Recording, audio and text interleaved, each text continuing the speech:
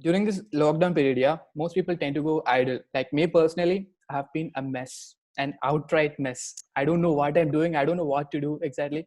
But then I go check out your IG, and there you are doing videos, creating sketches for YouTube's, making live streams with a lot of people. I mean, how do you manage to stay this energetic? Okay, so the thing is, different things energize different people, right? Yeah, exactly. It's different situations or different circumstances that gives different people different kinds of energies. For Yeah. example, for you probably it is being around a lot of people or socializing that gives you the kind of energy that you need. Yeah, Maybe probably. I'm just guessing. Yeah, Maybe I don't know. I yeah. I don't mean, know. I understand your point. Yeah, there are a lot of people like that. Huh. I get your point. So it's different for different kinds of people. For me Yes. personally, I would tell you, I was I was not in a good space before the lockdown happened. Okay, Oh, I was I moved to Bangalore for my PG. yeah. I was not very happy in Bangalore. I had a lot going on mentally, and I was not dealing with it. I was not at all coping with it well. Oh, So if you look at my timeline during that time, I was completely idle. After going to Bangalore, I think my classmates didn't even know me. I didn't oh, talk to anybody. Me, who talks to everybody, who jumps around all the time, who's extremely energetic, I just shut down. I didn't talk to anybody over there. I yeah. think slowly after first semester, when my internship happened and I started finding purpose in what I was doing, that's when I came back to myself.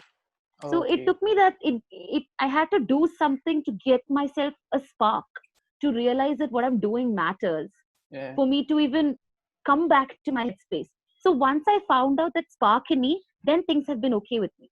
Oh, So after that, even the lockdown didn't stop me from doing what I wanted to do. I realized that this is a good opportunity for me because everybody needs help right now. Everybody needs mental health, awareness right now. And this is exactly, a perfect exactly. moment to give it to people. So Yeah, maybe I found that because because of how I found purpose in yeah. the internship that I did. I mean, So I have to probably it's say, that one it's spark that we need.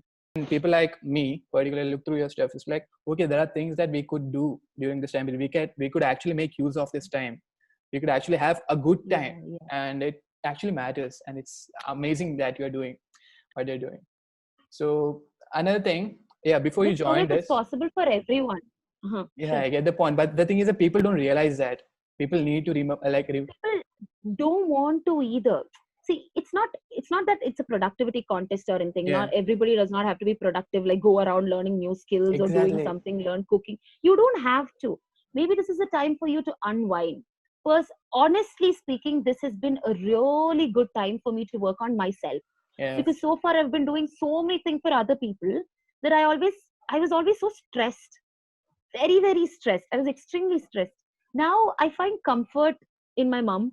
I find yeah, comfort in my house. I find comfort in the food that I eat. So it's also a time for us to look into ourselves and heal ourselves.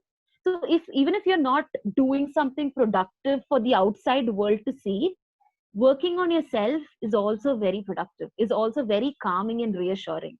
that's So true. it's just a matter of perspective. That's true. That's very, very true. Yeah.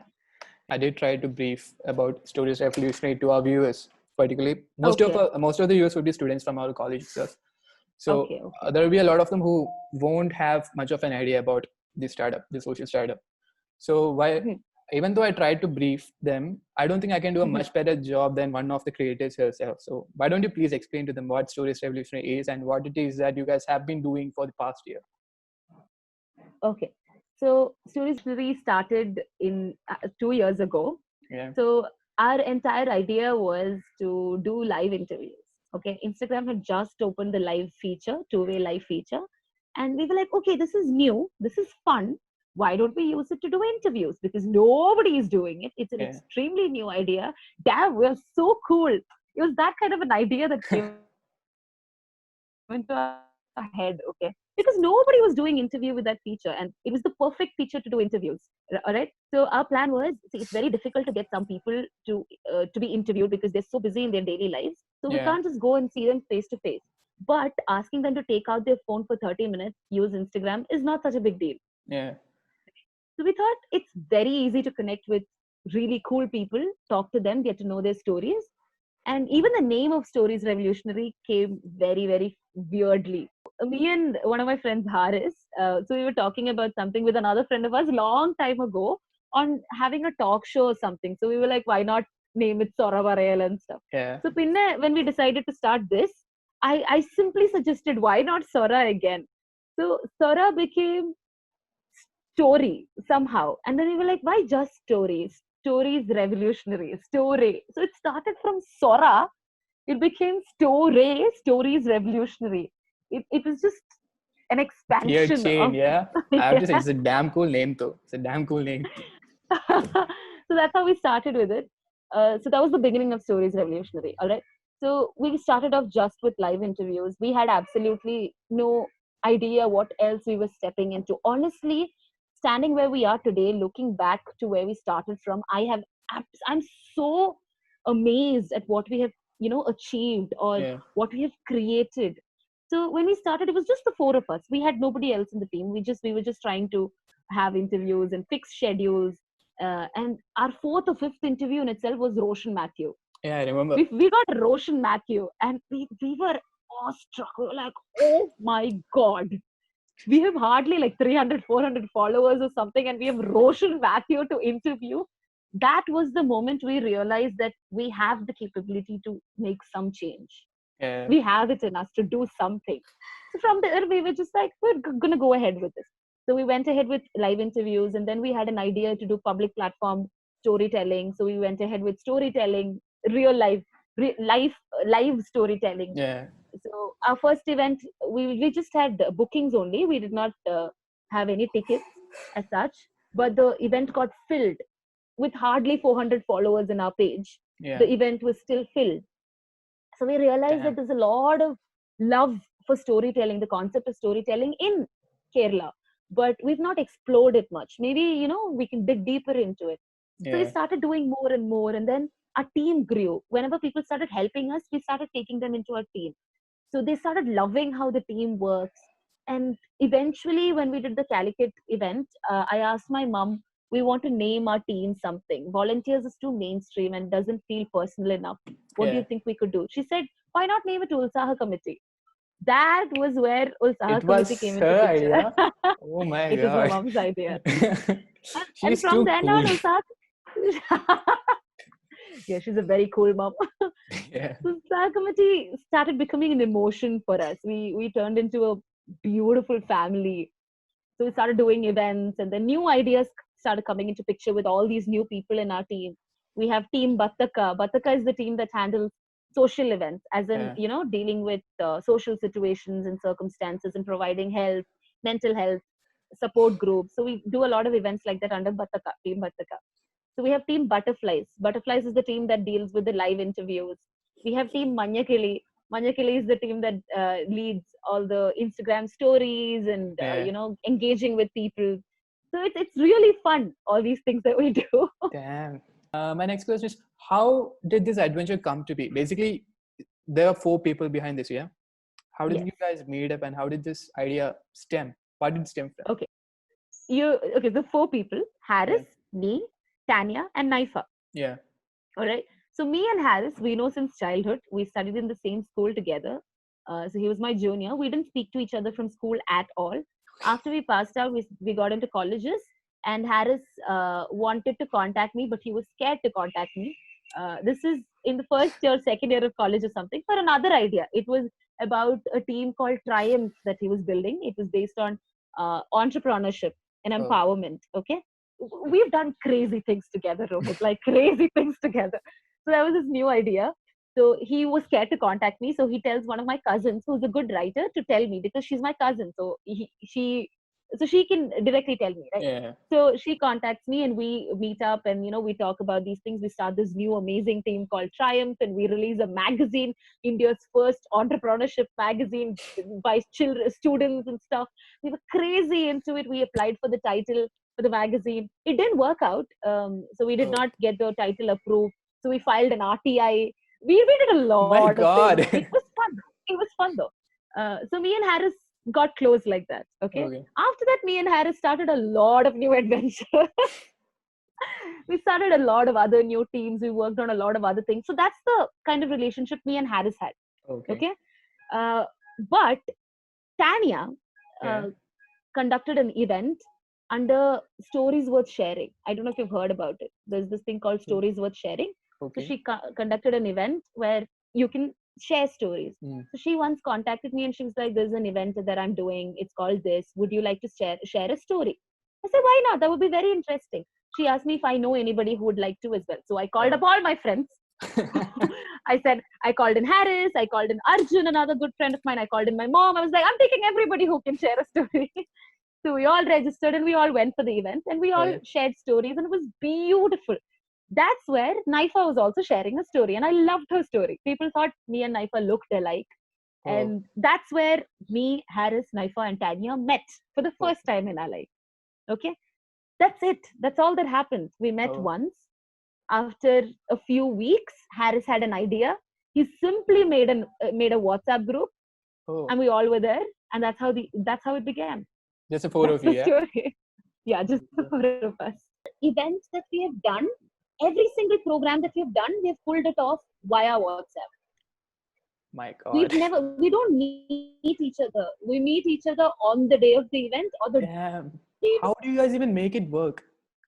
Like, at least before the event. I have no clue how you make it work. WhatsApp is. I have absolutely no clue either. WhatsApp is our go-to. Instagram is where we Put your put in stuff out, all yeah. our ideas as well. Yeah. I get. So So to But everybody who says social media is not useful or social media makes you bad, social media influence is wrong for you, we completely disagree. actually, It's how it's you damn make use true. of it. Yeah. I mean, there are like, even though there are negative sides and positive sides to use the social media thing, you guys are actually showing us how to use it effectively in a way that we could actually make a profound change in, the society. So it's actually, Yes. What matters is yeah, how you use it. claps Exactly. to you guys.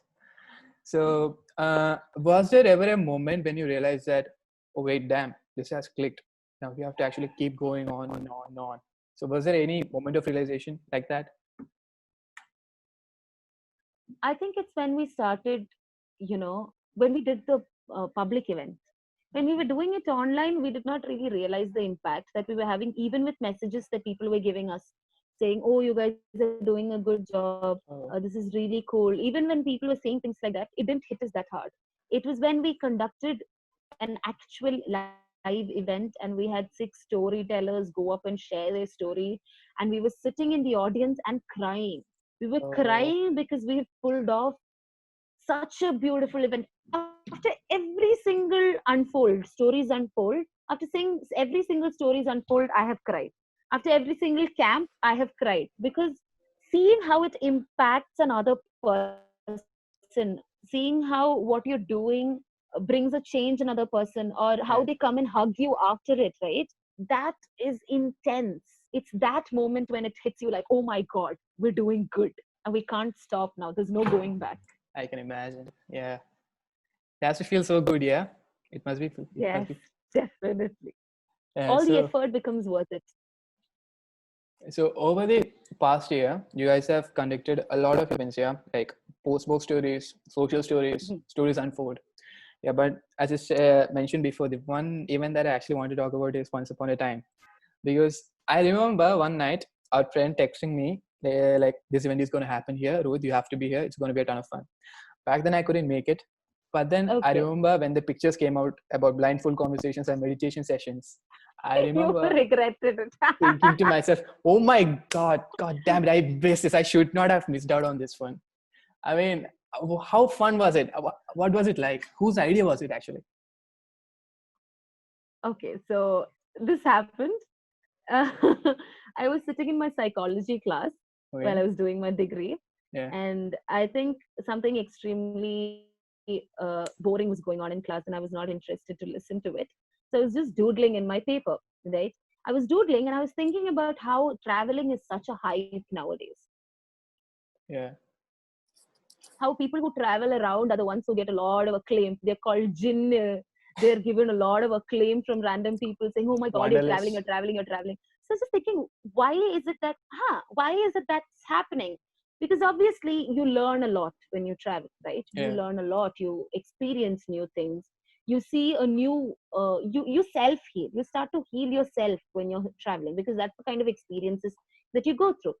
So your personality in itself start changing. I've noticed that everybody who travels a lot, they become so humble and down to earth and so friendly Exactly. and so nice and so calm. I love that kind of energy that those people radiate, right? Yeah. So I thought I wanted to collaborate, do something with Stories Revolutionary that would bring people to have some change in themselves and had some connection to do with traveling.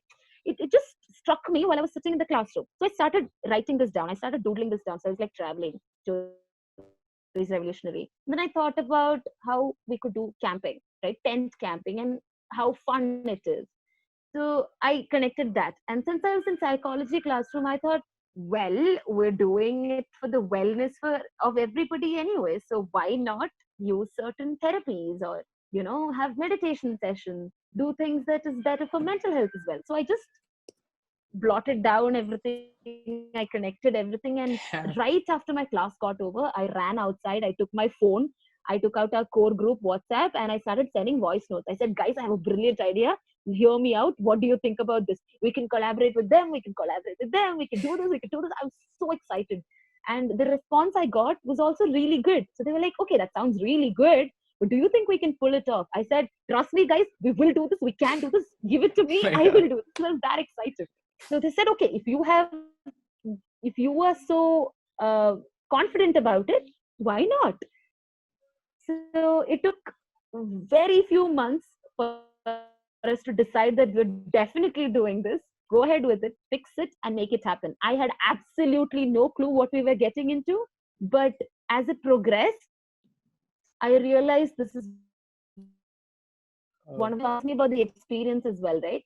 Yeah. Our first camp, I remember a girl calling me after the entries got filled. We could only take a few people. There was no more space. But this girl called me and she was so emotional. She was crying and she was in a very bad space. So I was particular that I had to take her. Does not matter if there's space or not, I had to take her. So I thought maybe, we could somehow adjust like 4 or 5 people inside a tent, do something, but I have to take her because it'll obviously help her. And this was my entire intention of doing this in itself. So Oh. I told her, you come. You'll probably have to adjust a little bit, but come, let's see what happens. So we go there and we realize that her parents also came with her, Damn. who did not register. They Yeah. did not register. Her parents also came with her. So it's like, oh my God, now this is even more troublesome. How can we accommodate them? But her parents came to talk to us because they were not convinced enough that youngsters were conducting a camp without adult supervision. And what is a camp anyway? What are you doing in a place like this with just youngsters? I mean, is this like a cult or something? Are you just are you going to influence our kids in a way and take them away? Is this a bad camp? Oh So my they were God. very curious and they were scared. So we sat them down and we spoke to them. So my mom was also there. Oh. Mom did not sit with me with them because she was very busy and she had not reached by then. Sorry, Oh. she had not reached by then. We had reached earlier. She was only going to reach that night. So I sat down. Me and a few of my friends, we sat down with the parents and we explained everything to them. Once they got to know us personally, they realized there's no harm, and we told them you can stay here too. The only problem is there's no tent free. Yeah. So they took a room in other place, and they also participated in all the competitions and all the events and all the therapies, Nice. and they really loved it. They actually loved Who us. wouldn't? I And we were mean, like, oh my God, yeah. we got to convince two parents who were completely against this idea. So that means something, right? And needless to say, the girl who came that day who was broken, she cried heartfeltly after the meditation, and we cried with her when we saw her cry. And 3 4 months later, now she is a wonderful human being. She's doing amazing things. Damn. She's crazy good now at what she does. Oh my God. So it's that kind of transformation that gets you high. Yeah. Yeah.